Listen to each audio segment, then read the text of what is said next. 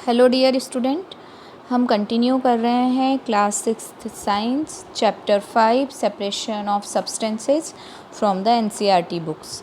हमने separation of substance में last videos में हमने दो मेथड देखी थी। The first is the hand picking and second is the threshing. यदि आपने हमारे प्रीवियस वीडियोस नहीं देखे हैं तो आप हमारे चैनल ब्रजेश बागड़ी पे जाके वो वीडियोस देख सकते हैं। साथ ही साथ हमारे चैनल को लाइक, सब्सक्राइब एवं वीडियो को शेयर करें और बेल आइकॉन प्रेस करें ताकि आपको लेटेस्ट वीडियो की अपडेट मिलती रहे।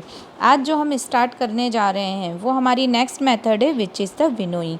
देखिए, थ्रेशिंग करने के बाद जो चाफ होता है, जो कचरा होता है, वो क्या रह जाता है, उसी ग्रेन्स के साथ रह जाता है। स्टॉक तो अलग हो जाते हैं बट चाफ जो है वो रह जाता है ना।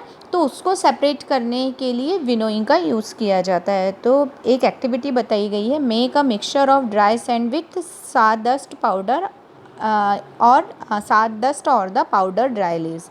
क्या करना है, ड्राई सैंड को किसके साथ मिलाना है, बुरादे के साथ या फिर सूखी पत्तियों के साथ। Keep this mixture on A plate और अ न्यूज़पेपर। इस मिक्सचर को कहाँ रखना है, पेपर पे या न्यूज़पेपर पे।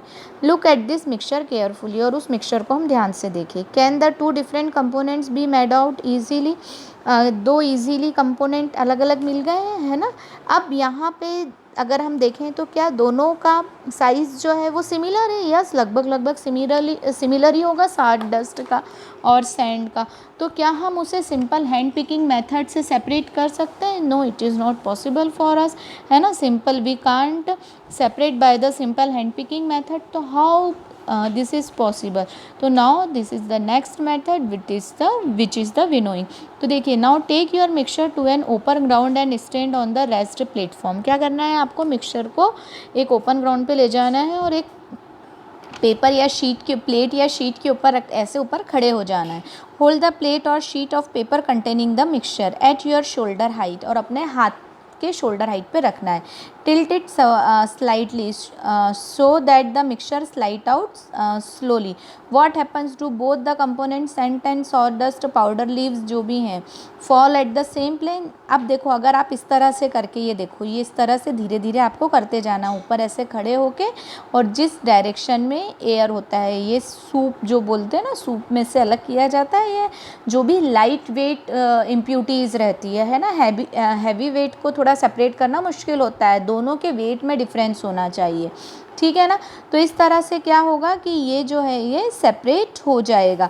तो ये जो मेथड होती है, this method of separating components of a mixture is called the winnowing.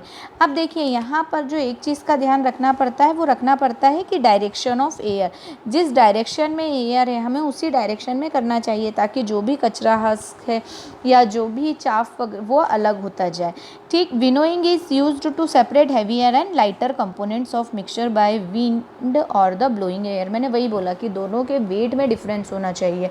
हम जिन दो सब्सटेंस को सेपरेट कर रहे हैं, दोनों का वेट कैसा होना चाहिए, अलग अलग होना चाहिए। अगर दोनों सेम वेट के होंगे तो it is difficult to separate out. But यहाँ पर दोनों का वेट डिफरेंस होगा तो जो लाइट वेट होगा वो आसानी से एयर के साथ ब्लो होता जाएगा, उड़ता जाएगा, और जो हैवी वेट होगा वो नीचे आता जाएगा। तो इस तरह से जो है जो ग्रेन्स है या जो भी मटेरियल है, सब्सटेंस है, वो सेपरेट आउट किया जाता है, ठीक है ना। अब ये देखिए, this method is commonly used by the farmer to separate lighter husk particles from the heavier seed of grains. ये जो मेथड होती है कॉमनली कौन यूज़ करते हैं, फार्मर्स यूज़ करते हैं। जो हैवियर सीड्स होते हैं उनमें से हस्क पार्टिकल, कचरा वो जो रह जाता है, अनाज की जो बाली वगैरह जिसको बोलते हैं, जिसमें अनाज जो ग्रेन्स रहते हैं कवर्ड रहते हैं, तो वो उसको सेपरेट करने के लिए इस मेथड का यूज़ करते हैं। The husk particles are carried away by the wind, और ये जो हस्क पार्टिकल होते हैं ये किसके थ्रू, हवा के थ्रू दूर होते जाते हैं। The seeds of grain get separated and form a hip near the platform for the winnowing. अब जो सीड्स रहते हैं, है ना, वो क्या करते हैं नीचे ऐसे प्लेटफॉर्म के पास ऐसे इकट्ठे होते जाते हैं। The separated husk is use for many purposes such as fodder for the cattles. अब ये जो हस्क रहता है ना, जिसे हिंदी में भूसा बोलते हैं, वो बहुत सारे कामों में आता है। एक तो मेन जो है कैटल्स के लिए फूड का काम करता है, फॉर्डर चारा का काम करता है ना, तो कैटल्स के चारे के काम आ जाता है वो, तो इस तरह से उसका यूज़ किया जाता है। Next process is the sieving. आपने बहुत आसानी से सीविंग देखा होगा, है ना। अब सीविंग मतलब होता है किसी चीज़ को निथारना, छानना जो ये होता है ना। तो देखिए, sometime we may wish to prepare a dish with flour, we need to remove impurities and bran that may be present in it. what do we do? We use a sieve and pour the flour into it। अब sieving मतलब छानना होता है। तो क्या होता है, जब भी हम किसी भी जैसे आटे वगैरह से कुछ बना रहे हैं तो हम पहले क्या करते हैं, आटे को छानते हैं, छन्नी से छानते हैं।